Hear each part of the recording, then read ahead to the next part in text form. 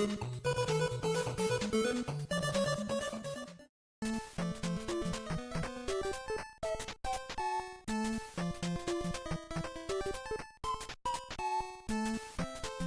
on, everybody, thank you so much for being here. I'm Fabled, and today we're going to showcase some Darkwing Duck, any percentage, being run by Shockandawe. Super fun game, came out very late in the Nintendo's life cycle, 1992. It's a Capcom game, very similar to Mega Man. In fact, so similar it runs on the Mega Man 5 engine. So, we're going to get started here. I'm going to count Shock down, and we're going to go in 3, 2, 1, go. Alright, so the first level that we're going to head to is the sewers. We're going to have to do some damage tanking to get through this first screen here. He's going to hop up there and collect the arrows. Arrows is the main weapon we're going to use to try to defeat the bosses. Going to jump over that first Sniper Joe, damage tank on the egg, and phase through the second one, and then we drop down to the dark part of the level. Here we are hoping for some RNG. There's a bunch of things to kill. We would want some health drops and some big gas tanks. Big gas tanks are worth 10 gas, so they're really the only ones that matter. Oh, picked up a health there, thank goodness for that. A couple more birds to kill, and then we end up dropping down. Going to jump over these 3 gators, and then he's going to tiptoe next to the dingo, collect the gas, tiptoe again. Now every single enemy that you see him kill, he's trying to kill to get that gas drop that you just saw drop there. The more gas, the better. You need 6 or 5 arrows to defeat one of the bosses, and then 1 normal shot. 1 gas is 3. 1 shot is 3 gas. So you need 15 gas just to defeat 1 boss. The first boss is the Liquidator, and he has a lot of RNG. He has about 8 different patterns that he could do. We're going to hope that he stops really quick, which he does. 4 shots in, and then he stops really quick again. 2 more and he's dead. That's probably the best pattern you could ever possibly wish for with the Liquidator.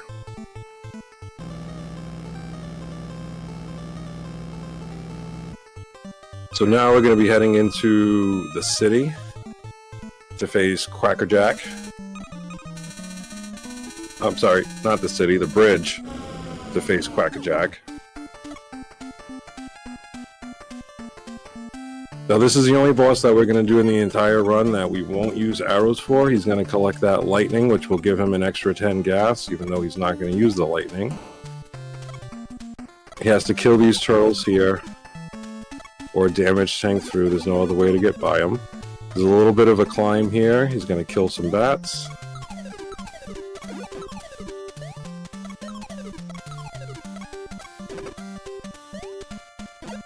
And 1 more guy to kill, and then a big leap to skip that first hook. He's going to shoot 1 shot, and then 2. Kill both those bats at the same time. This way he doesn't have to stop and he can keep moving. Kill that 1 turtle. Now you can jump pretty early off of these gliders. Normally here you would damage tank, but he's already missing a heart piece, so he's not going to risk it, and I don't blame him. 2 Sniper Joes that we have to deal with.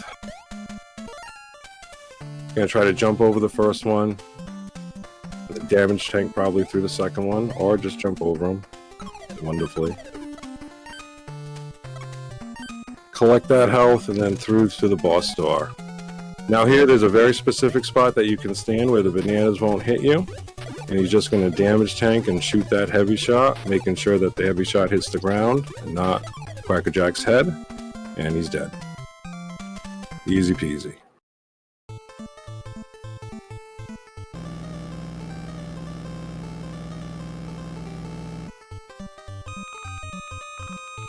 So now we're going to be heading into the city to fight Wolf Duck. Now this is where the RNG drops really come into play, because this is the only level that will not give you enough ammo to defeat the boss. So either you hopefully got enough ammo before this level in order to defeat the boss, or you can grab a couple of ammo drops on this level to defeat the boss.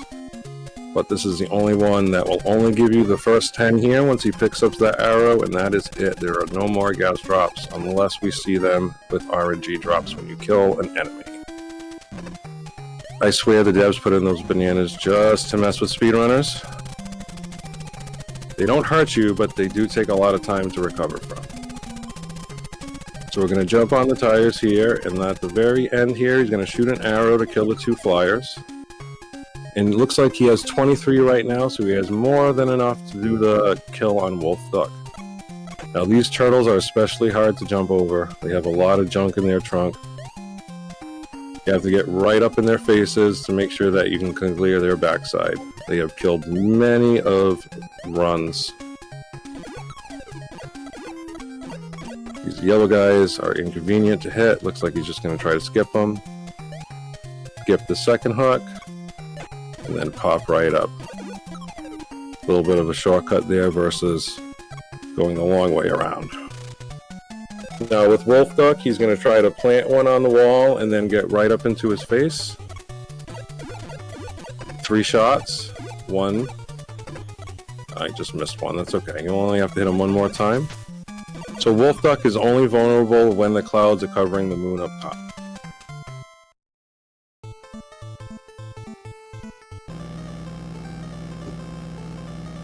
After you complete the first 3 levels, the next 3 levels reveal themselves, and we're going to start with Woods and Bushroot.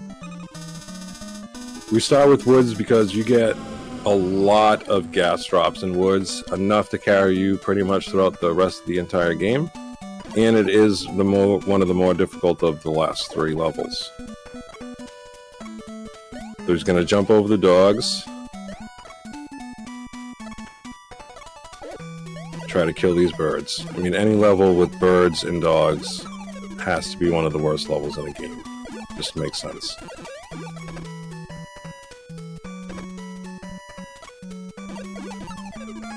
Alright, so he's going to damage tank this flower. This way you can get... Oh. That's alright. That damage tank is really hard. You actually have to damage tank that flower in order to phase through the rest of it. One of the hardest things to do for sure in the speedrun. So again, we're just jumping over the dog. It's going to kill some birds.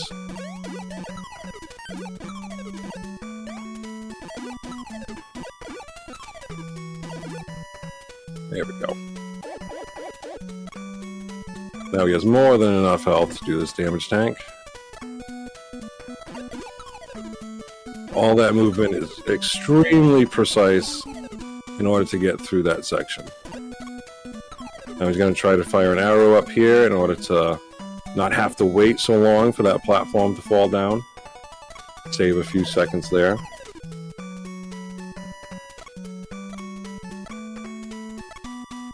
Then I'm going to take the bottom route to get that extra 10 gas.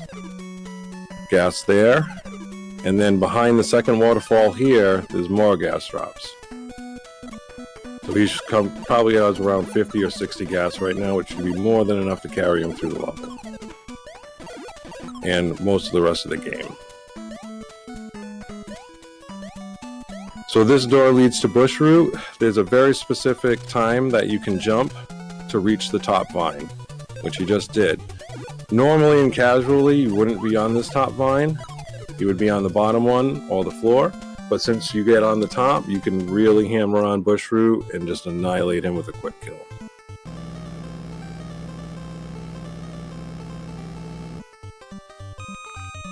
The second of the 3 last levels is Warehouse, where we're going to fight Megavolt.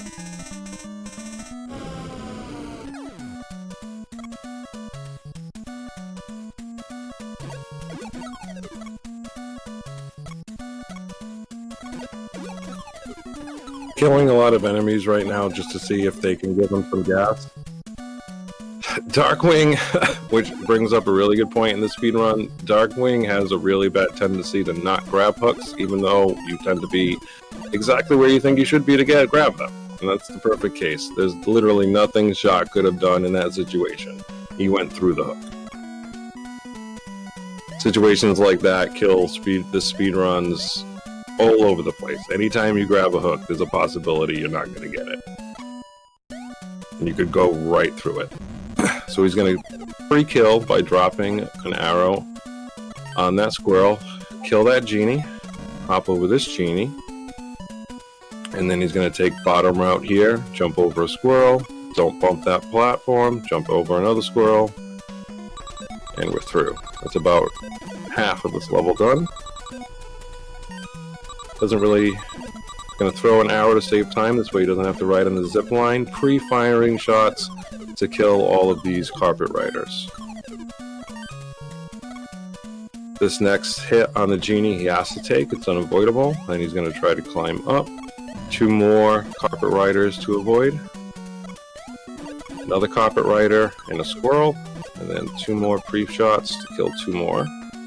Collect the health, the gas, and we're on to Megavolt. Now Megavolt is either going to jump to the middle platform or the top one. It's RNG which one he's going to do. It's better for Shock if he stays in the middle ones, which he does. You can get the fastest kill that way.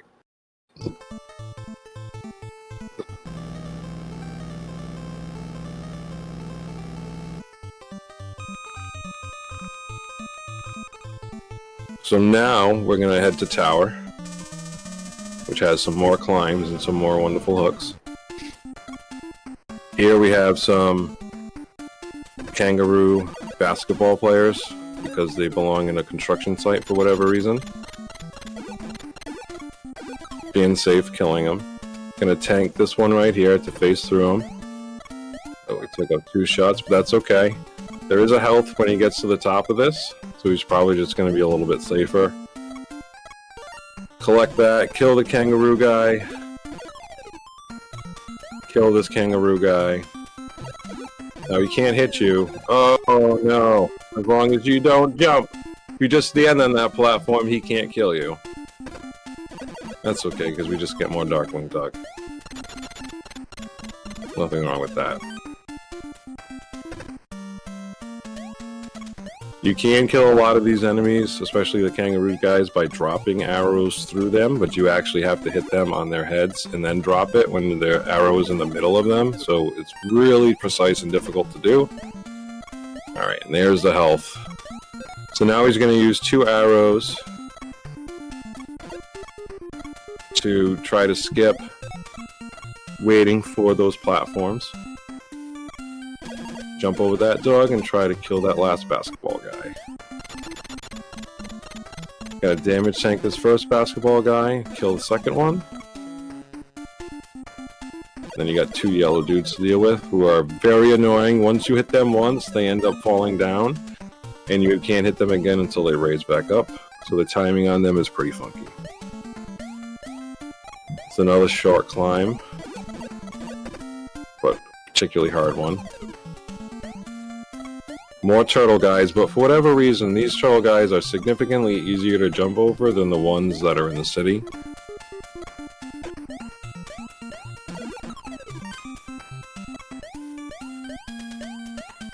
So he's going to put an arrow, this way he can reach that hook. And then we're on to Moriarty. Now there's a very specific quick kill. You can get all 6 shots in before he leaves the bottom of the screen. 3, 4, 5, and 6. Oh, that was a rip. That was jank. I saw him hit him 6 times. So one of the bad things in this game is if you hit somebody with the gas and you're too close to them and you're using arrow, it won't count for their full damage, which I think is what happened there. So the last stage is the ship, and that's where we're going to confront Stillbeak. There are going to be a few little tiptoe sections here where we can just get on the ledge to try to kill these cannon dudes. He's going to collect that lightning for the 10 gas drops, then recollect the arrows, because arrows is the one that we really want. drop the arrow through him, plant another arrow after he collects that gas, because we can just go through the top here and avoid all of this nonsense. So he's going to drop, plant an arrow, and then drop it on that first shielder, and then kill him. The second shielder he's going to pause and jump over, kill the robot dude, kill another robot dude, and just walk past the first floater.